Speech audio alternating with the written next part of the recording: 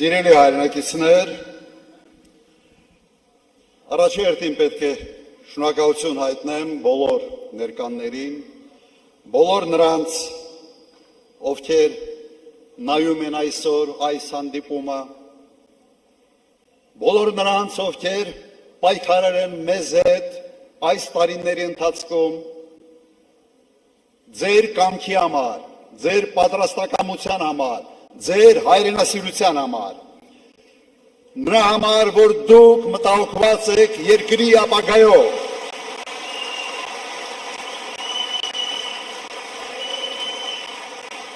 մենք շատ հագեցված քարոզարշավ ենք ունեցել, բազմաթիվ հանդիպումներ տարբեր ֆորմատներով, դահլիճային, հանրահավաքներ,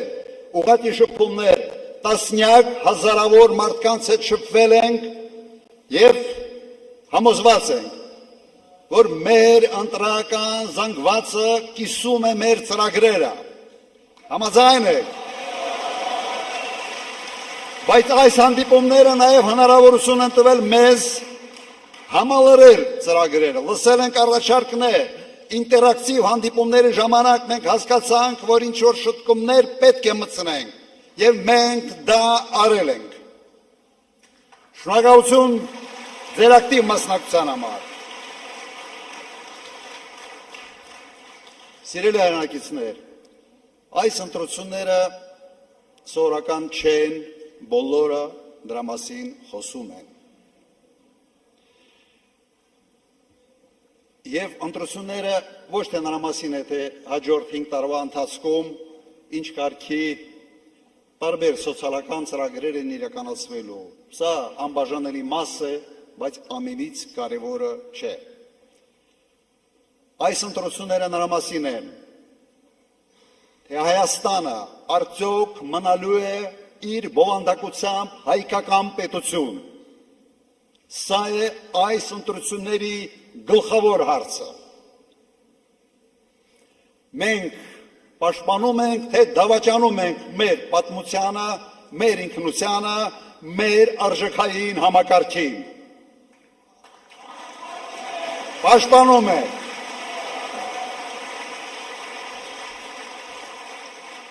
Այս ընտրությունները նրա մասին են, թե մենք պահպանում ենք մեր ինքնիշխանությունը, թե մենք դառնալու ենք թուրքական աշխարհի կցորդ և կատարելու ենք իրենց կամքը։ Ոչ ենք ասում դրան։ Այս ընտրությունները նաև Հայաստանի պատմության մեջ ամենից կեղտոտ, այլանդակ ընտրություններն էին։ Եվ այդ կեղտի և այլանդակության հեղինակը այս իշխանությունն է։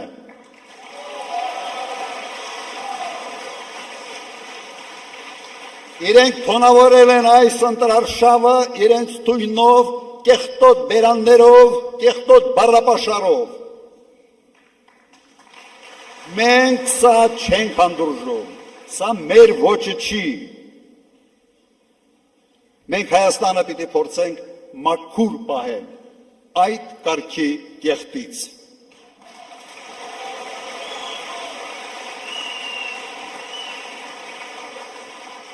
Ոչ մի ընտրություն Հայաստանի պատմության մեջ չի զուգորդվել այս քանակի ձերբակալություններով, կալանքներով, տարբեր կարգի ճնշումներով, ծեծով և այլ, և այլ, և այլ, և այս ամենի հեղինակը այս իշխանությունն է,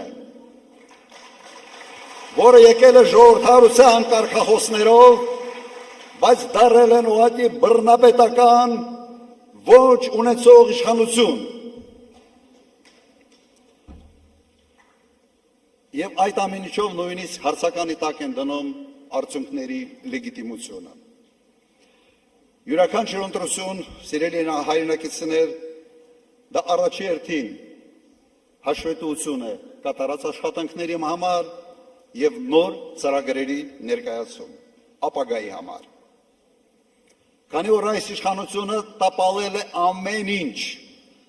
հաշվետու լինել չի կարող, որովհետև առարկա չկա հաշվետու լինելու համար, իրենք այս քարոզարշավը եւ այս ընտրությունը փորձել են վերացել հետեւյալի Հայաստանի այս փոքր տարածքը դարձնել աշխարհաքաղաքական կենտրոնի բախման կետ, ինչը հեչ լավ տեղ չի եւ վտանգավոր տեղ է փոքր պետությունների համար։ Այս տեսանկյունից ընտրությունները իսկապես բավական տարօրինակ են, երբ իշխող կուսակցությունը, իշխող թիմը ընդհանրապես չի խոսում կատարված աշխատանքների մասին։ Եթե խոսա,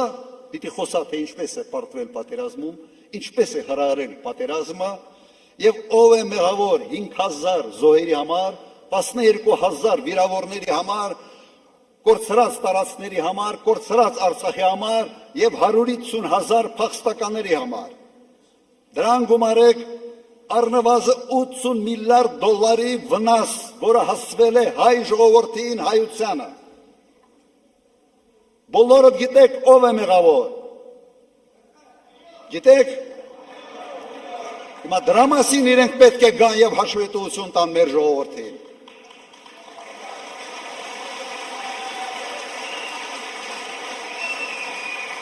Խոստացել են ժողովրդավարություն, բերել են բռնապետություն։ Խոստացել են կոռուպցիայի դեմ պայքար, գլխավորել են այդ կոռուպցիան։ Խոստացել են սոցիալական արդարություն, բայց սա կրակի հետ խաղ է։ Երբ կառավարությունը սկսում է խաղալ կրակի հետ, վառվում է, այրվում է ժողովուրդը։ Սա պարզ ճշմարտություն է։ Եվ ինչ են արել, միջև քարոզարշավը գնացել են Բրյուսել, խնդրել են հատուկ օգնություն հիբրիդային պատերազմի դեմ։ Հետո Եվրո համայնքի ժողովի ժամանակ հրավիրել են Զելենսկուն, դրանից հետո եղավ Մոսկվայի արձագանքը եւ այս խառնաշփոթի մեջ փորձում են իրենք շանտաժով, վախեցնելով, տարանջատելով մարդկանց քվեններ շահել։ Սա այն ճանապարհը չի, որով պատասխանատու իշխանությունը պետք է վարվի սեփական ժողովրդի հետ։ Սա լրիվ այլ ճանապարհ է։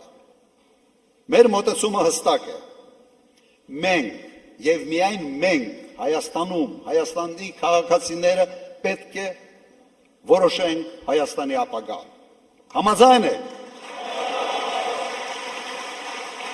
Մեր արտաքին քաղաքականությունը պետք է բացառի գերտերությունների, հակասությունների վրա խաղը, վտանգավոր խաղը, որովհետև այդ հետևանքների համար գինը միշտ տալիս է ժողովուրդը։ Մենք պետք է հետևենք շատ պարզ մոդելի եւ ոչ թե կամ, սա է մեր հաջողության գրավականը։ Եվ ես դա կարող եմ անել եւ ցույց եմ տվել, որ ոնց է դա կարելի հաջողությամբ իրականացնել։ Մեր պարագայում ժողովուրդը ի վիճակի է լինելու փող աշխատել հսկայական ԵՏՄ-ի շուկայում եւ ի վիճակի է լինելու այդ փողը ծախսել աշխարհով մեկ, ով որտեղ ուզում է, ուզում ես Դուբայ, ուզում ես Եվրոպա, որտեղ ուզում ես, ավելի լավ է ծախսել Հայաստանում։ Նիկոլի կողմից ստեղծված պրոբլեմը ես ի վիճակի եմ լուծել մեկ օրում։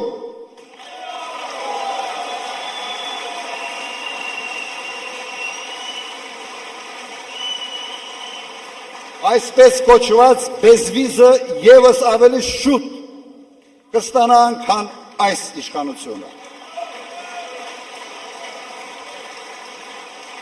Մի քանի խոսք մեր անվտանգության մասին։ Մեր անվտանգության մոդելը ունիվերսալ, պարզ մոդել է։ Մարտունակ բանակ,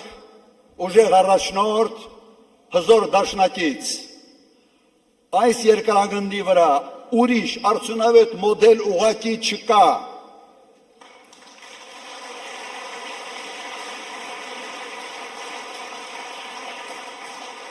Եվ ես երաշխավորում եմ, որ մենք վերականգնելու ենք հարգանքը Հայաստանի նկատմամբ։ Մենք բացառելու ենք այն կարգավիճակը, որը այսօր ցավոք Հայաստանը ստացել է։ Սա նվաստացնող նիկոլական մոդել է։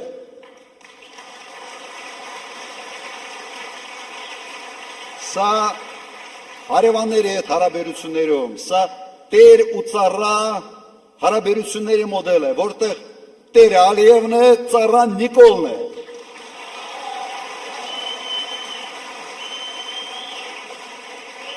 Մենք այս մոդելը բացառում ենք և մերժում ենք։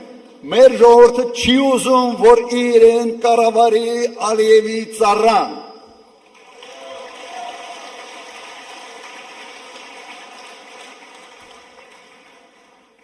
Այն մարդը,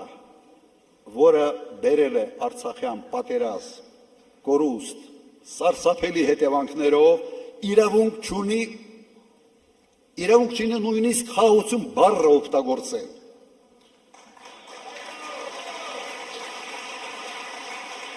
Ինքը չպիտի կեղտոտի այդ բառը ուղղակի իր բառապաշարով։ Վերջերս տեսակ, իր ձեռից նույնիսկ աղավնին չթռավ։ Հասկանալով, որ Նիկոլ Փաշինյանը դա ֆեյկային խաղաղություն է,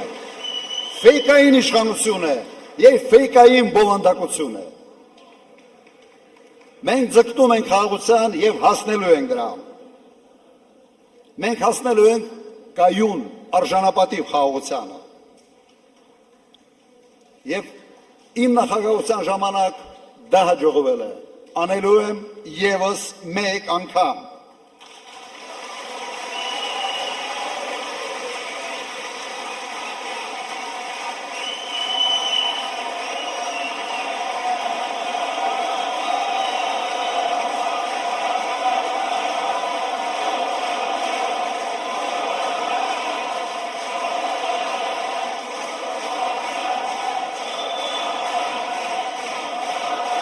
Խաղաղության պայմանագիրը ստորագրվելու է հավելվածներով, որոնցով երաշխավորվելու է այդ խաղաղությունը։ Վստահ եղեք, դա հնարավոր է անել և մենք անելու ենք։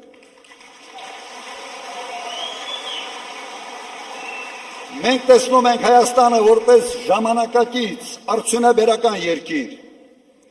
Ամենից էֆեկտիվ երկիրն ենք տեսնում այս տարածաշրջանում, զարգացած գյուղատնտեսությամբ և ֆինանսական համակարգով։ Մենք նորից դառնալու ենք Հարավային Կովկասի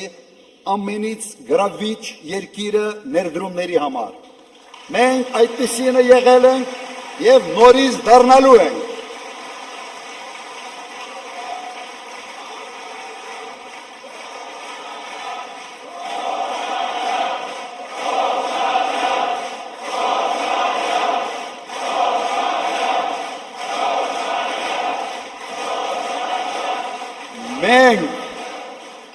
Մենք չենք պայքարելու սեփական պատմության հետ, Արարատի հետ, Արարատ լեռան հետ, ոչ Արարատ Միրզոյան, եկեղեցու հետ, մեր ինքնության հետ, մենք վռնդելու ենք նրանց, ովքեր պայքարում են մեր արժեքային համակարգի դեմ։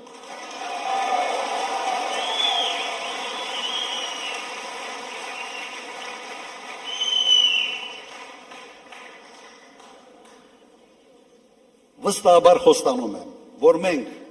ունենալու ենք ամենից ուժեղ, ամենից կայուն, ամենից հետաքրքիր իր բովանդակությամբ երկիրը Հարավային Կովկասում և երկիր, որը հենված է լինելու ազգային արժեքային համակարգի վրա։ Երկիր, որտեղ քաղաքացին մտահոգված չի լինելու անվտանգային հարցերով, դրանով պետք է զբաղվի իշխանությունը, ոչ թե քաղաքացին։ Երկիր, որտեղ քաղաքացին մշտապես չի պայքարելու ճգնաժամերի դեմ, այդ պայքարը պետք է մղի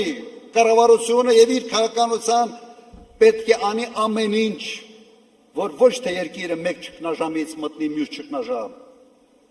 այլ ճգնաժամեր չլինեն ընդհանրապես, հատկապես ներքաղաքական։ Եվ ես մեր թիմի հետ կարող ենք դա անել։ Մենք պետք է կառուցենք այնպիսի երկիր, որտեղ պետական ծառայողը ստիպված չլինելու կատարել ապօրինի հրահանգներ, միայն այն պատճառով, որ իր աշխատանք չկորցնի։ Սա բացառելու է։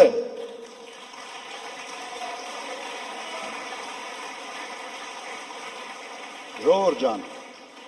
Հայաստանում չկա ոչ մեկը, ով ունի իմ փորձը անվտանգային հարցերում, պետական կառավարման հարցերում, նաև խոշոր բիզնեսում պաշտոնաթողությունից հետո աշխատելու հարցում։ Այդ համակցված փորձը ունիկալ է։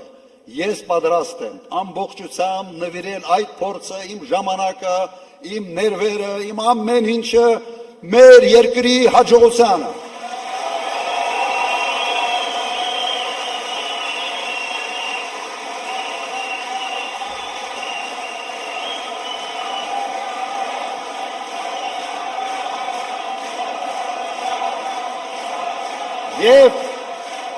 Եվ այդ փորձին գումարենք այն թիմը, որը մենք ունենք։ Խելոք, կիրթ, համարձակ, վախ չունեցող թիմ, որը պատրաստ է արհեստավարժորեն եւ համարձակ ձևով շարժել երկիրը առաջ։ Մենք պատրաստ ենք վերցնել պատասխանատվությունը մեր երկրի ապագայի համար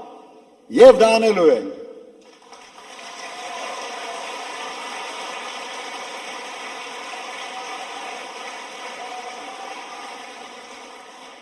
Եվ ինչ ենք ասում մենք,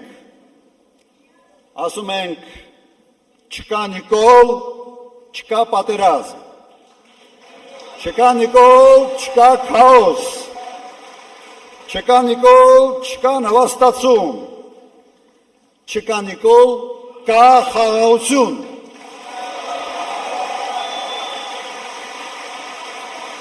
Ուրեմն, ինչ ենք անում հունիսի 7-ին, Համար 17, բոլորս միասին, հունիսի 7, համար 17, հունիսի 7, համար 17, հունիսի 7, համար 17, բրավո, ձեր ցավոտան, շնորհակալություն,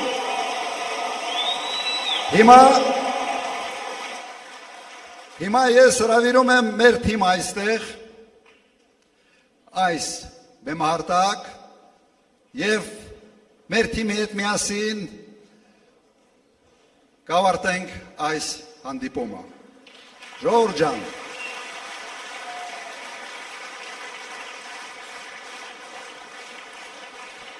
միջև թիմը գա այստեղ, մի բան պատմեմ, միջև թիմը հավաքվի այստեղ, մի բան պատմեմ, դա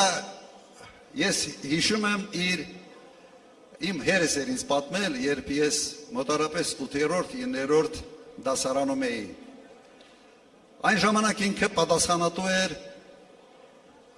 Արցախում գյուղատնտեսության համար, պաշտոնյա էր, պատասխանատու էր եւ կոլխոզի ժողով էր, ընտրում էին կոլխոզի նախագահ։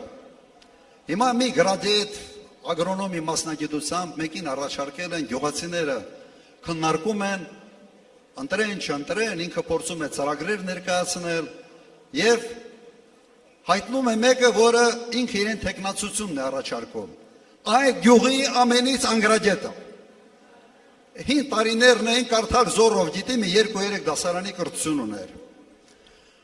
Հիմա գյուղով մեկ փորձում են այդ մարդու համոզել, ասեն, լսի, սե կրթությունը պետք, ագրոնոմիա կա, պիտի հասկանաս եւ այլ Գլուխը չի մտնում, վերջում գիտեք իր ամենից մեծ համոզիչ արգումենտը որն է։ Ասում է ինչ է, վախենում եք Վիլիսից ընկնեմ։ Ուրեմն այդ մարդու պատկերացման մեջ կոլխոզի նախագահի գործը Վիլիսով ֆրֆռալն է։ Նույնն է այսօր Նիկոլ Փաշինյանի եւ իր թիմի պատկերացումը պետական կառավարման մասին։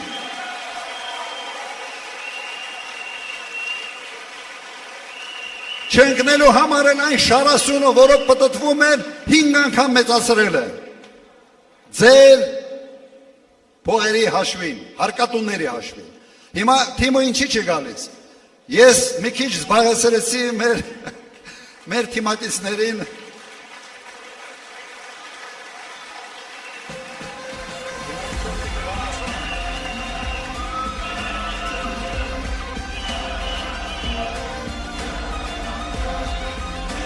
Բոլորս ոտնկայց եւս մեկ անգամ։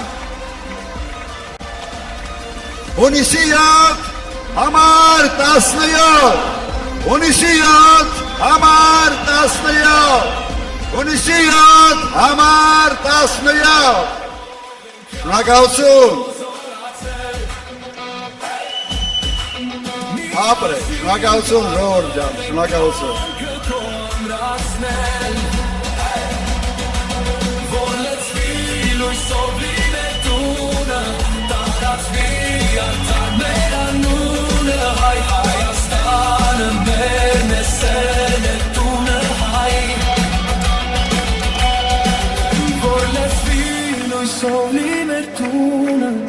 Տարածվի արդար մեր անունը, հայ Հայաստանը